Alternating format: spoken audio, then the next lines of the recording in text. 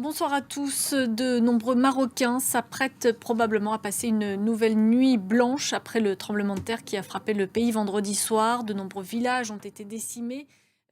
Et nous sommes en ligne avec Iman Bellamine. Bonsoir, vous êtes journaliste à Marrakech. Vous couvrez, vous aussi, ce séisme.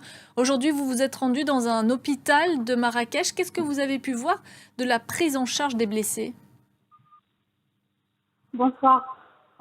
Effectivement, aujourd'hui, on était au CHU Mohamed VI à Marrakech. Merci beaucoup, Iman Bellamine, et toutes nos excuses pour cette mauvaise liaison téléphonique. On reste à Marrakech où une mosquée et plusieurs bâtiments se sont effondrés. Étaient-ils trop fragiles, pas assez adaptés? Les normes parasismiques étaient-elles respectées? Frédéric Prabono nous en dit plus.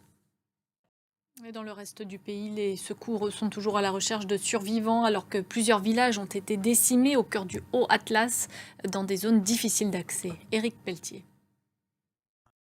Et ce drame au Maroc a suscité un élan de solidarité à travers le monde. Les dirigeants de nombreux pays, dont la France, ont réagi au séisme meurtrier qui a frappé le Maroc. Tour d'horizon avec Pierre Leduf.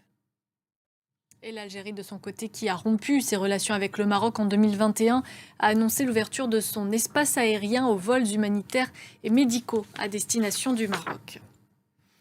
Dans le reste de l'actualité maintenant, les dirigeants des 20 plus grandes puissances économiques mondiales sont actuellement réunis à New Delhi pour le sommet du G20.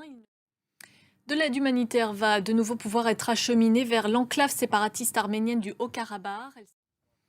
Il est actuellement Premier ministre, mais il se verrait bien président au Sénégal. On se quitte avec un point sur la Coupe du monde de rugby. Vendredi, l'équipe de France a ouvert la compétition en dominant la Nouvelle-Zélande 29-13. Fin de ce journal. Merci à vous de l'avoir suivi. On se retrouve dans une dizaine de minutes pour un nouveau point sur l'actualité.